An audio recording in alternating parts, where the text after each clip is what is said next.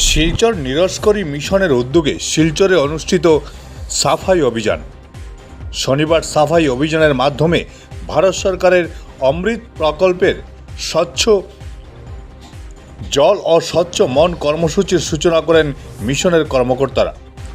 সাফাই অভিযান চালানো হয় শিলচর মালুগ্রামের মধুরা ঘাটে। আজকে সন্ত নিরঙ্কারী মিশনের তরফ থেকে ভারত সরকারের সৌজন্যে মিনিস্ট্রি অফ কালচারের সৌজন্যে সারা ভারতবর্ষের সঙ্গে সঙ্গে বিশ্বের প্রায় 70টি দেশে একসঙ্গে আজকের দিনে প্রজেক্ট অমৃত উদযাপন করা হচ্ছে, যেখানে স্বচ্ছ জল অ্যান্ড স্বচ্ছ মনের কথা বলা হচ্ছে। আমরা সবাই জানি যে জল জীবন, জলের যে প্রয়োজনীয়তা, জলের যে দরকার, সেটা নিয়ে আমার বলার কিছু নেই। তার সঙ্গে মিশনের যে কথাটা, সেটা হচ্ছে গিয়ে স্বচ্ছ মন।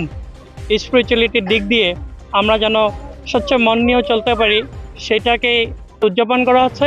আজকে আমরা শিলচর মথুরাঘাট প্রাঙ্গণে এখানে একটা সাফাই অভিযানের মাধ্যমে আমাদের কাজ শুরু করছি। এখানে সাফাই অভিযান কমপ্লিট হওয়ার পরে শিলচর সন্ত নিরঙ্কারী সৎসঙ্গ ভবনে আজকে সৎসঙ্গ করা হবে। একটু সময় নিজের জন্য বার করবেন, মনকে কিভাবে নির্মল জলের মতো করে নির্মল করা যায়, সেই প্রচেষ্টা আমাদের চলছে। সন্ত নিরঙ্কারী মিশনের নতুন ধর্মের নাম নয়, এটা হচ্ছে একটা আধ্যাত্মিক আন্দোলন।